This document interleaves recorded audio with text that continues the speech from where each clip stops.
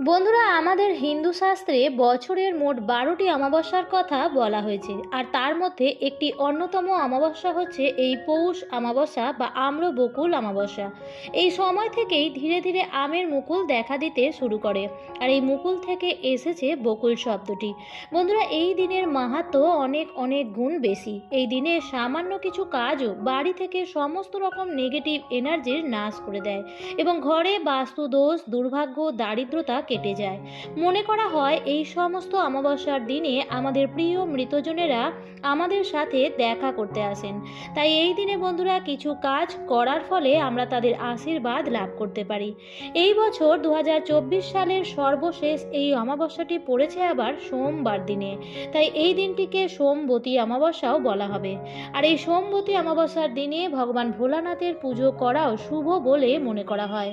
বন্ধুরা, এই বছর অর্থাৎ 2024 সালের সর্বশেষ পৌষ অমাবস্যা ও সোমবতী অমাবস্যা পড়েছে বাংলার 14ই পৌষ 1431, ইংরেজির 30শে ডিসেম্বর 2024 সোমবার দিন। অমাবস্যার তিথি শুরু হচ্ছে 30শে ডিসেম্বর 2024 সোমবার ভোর 4:01 থেকে এবং তিথি শেষ হচ্ছে 31শে ডিসেম্বর মঙ্গলবার ভোর রাত 3:56 বন্ধুরা, এই অমাবস্যার দিনে ঈশ্বরের নাম ও দানে বিশেষ মাহাত্ম্য রয়েছে।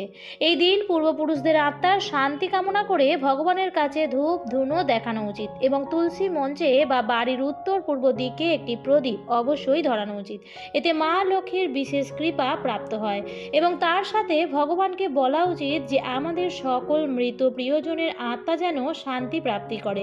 কারণ বন্ধুরা, আমাদের বাড়ির পিতৃপুরুষরা যদি সন্তুষ্ট থাকেন তো আমাদের কখনো অর্থের জন্য আর পিছনে ঘুরে দেখতে হবে না।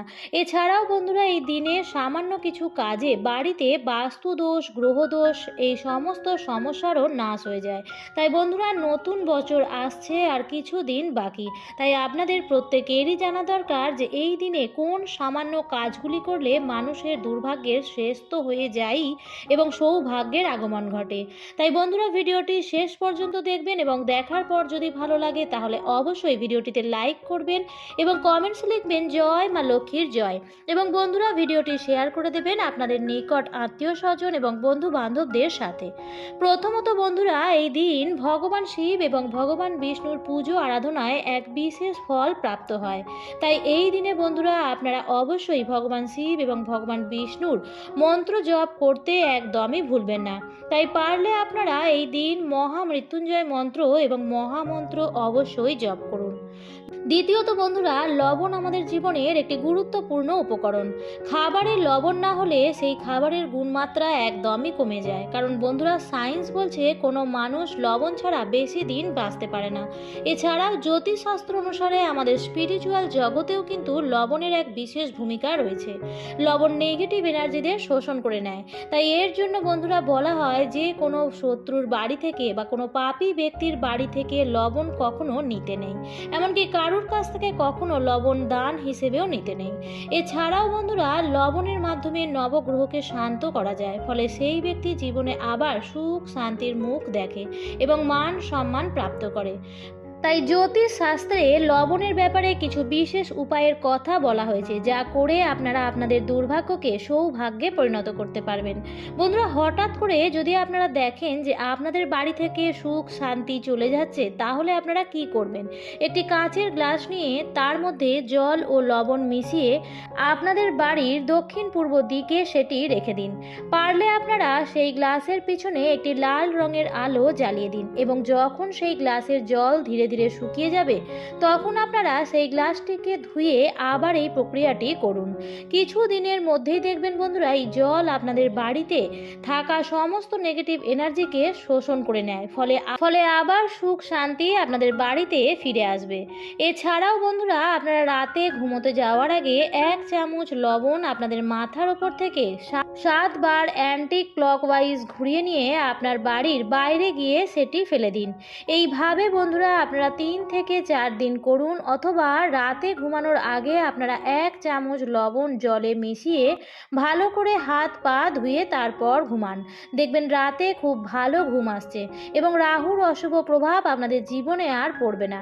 যদি বন্ধুরা আপনাদের বাড়িতে কোনো কিছু করেও ঝগড়া ঝামেলা অশান্তি এগুলো কাটছে না, তো বন্ধুরা আপনারা কি করবেন, কিছুটা পরিমাণ সৈন্ধক লবণ নিয়ে একটি কাঁচের পাত্রের মধ্যে রেখে আপনাদের বাথরুমে রেখে দিন, অথবা লাল কাপড়ের মধ্যে বেঁধে আপনাদের বাড়ির সদর দরজার উপর টাঙিয়ে দিন। কিছুদিনের মধ্যেই দেখবেন বন্ধুরা আপনাদের বাড়িতে আবারও সুখ শান্তি ফিরে এসেছে। কিন্তু বন্ধুরা এই লবণ আপনারা সপ্তাহে সপ্তাহে পরিবর্তন করতে একদমই ভুলবেন না। এছাড়াও বন্ধুরা লবণ দিয়ে ঘর মোছার কথা তো আমরা প্রত্যেকেই জানি, কিন্তু এই দিন ঘর মোছার জলে সৈন্ধক লবণের সাথে কিছুটা পরিমাণ কর্পূর গুঁড়ো মিশিয়ে ঘর মুছবেন। এর ফলে ঘর থেকে সমস্ত নেতিবাচকতা দূর হয়ে যাবে এবং ঘর শুদ্ধ ও পবিত্র থাকবে।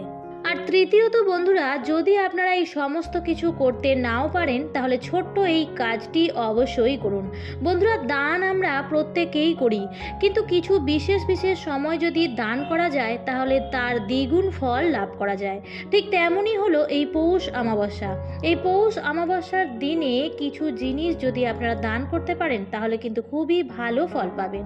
তবে এই পৌষ অমাবস্যায় কী কী জিনিস দান করা শুভ তাও জেনে নিন বন্ধুরা।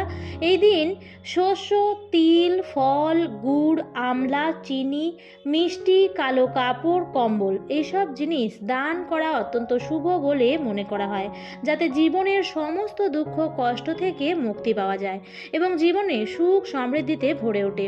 এমনকি এই সমস্ত জিনিস দান করলে পূর্বপুরুষদের কাছ থেকে আশীর্বাদও পাওয়া যায়। বন্ধুরা অনেক সময় আমাদের জীবনে নানা রকম দুঃখ দারিদ্রতা ঘিরে ধরে, এমনকি পিতৃদোষের কারণে এসব হতে থাকে। তাই এই কাজগুলি করলে পিতৃদোষের অশুভ প্রভাব কমতেও সাহায্য করে। এছাড়াও বন্ধুরা পৌষ অমাবস্যার দিন তুলসী গাছের কিছু উপায় করলে মা লক্ষ্মী অত্যন্ত প্রীত হন। বন্ধুরা পৌষ অমাবস্যার দিন তুলসী গাছে যে জল নিবেদন করবেন তাতে কয়েক ফোঁটা দুধ মিশিয়ে সেই জল নিবেদন করুন। এর ফলে তুলসী দেবীর আশীর্বাদে আপনার দারিদ্রতা কেটে যাবে এবং অর্থ লাভের পথ মসৃণ হবে।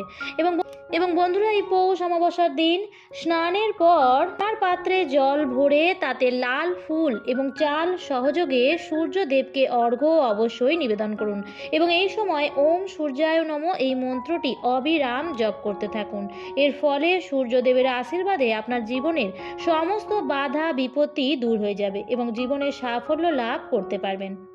বন্ধুরা আমার আজকের পর্বটি এই পর্যন্তই। ভিডিওটি দেখে যদি ভালো লাগে তাহলে অবশ্যই লাইক, কমেন্ট এবং শেয়ার করতে ভুলবেন না। এবং বন্ধুরা এই ধরনের আরও ভিডিও পাওয়ার জন্য চ্যানেলটিকে সাবস্ক্রাইব করে পাশে থাকা বেল আইকনটির অল লেখাটিতে ক্লিক করে রাখবেন। আবার দেখা হবে পরবর্তী নতুন কোনো ভিডিওতে। ভালো থাকবেন, সুস্থ থাকবেন। ধন্যবাদ।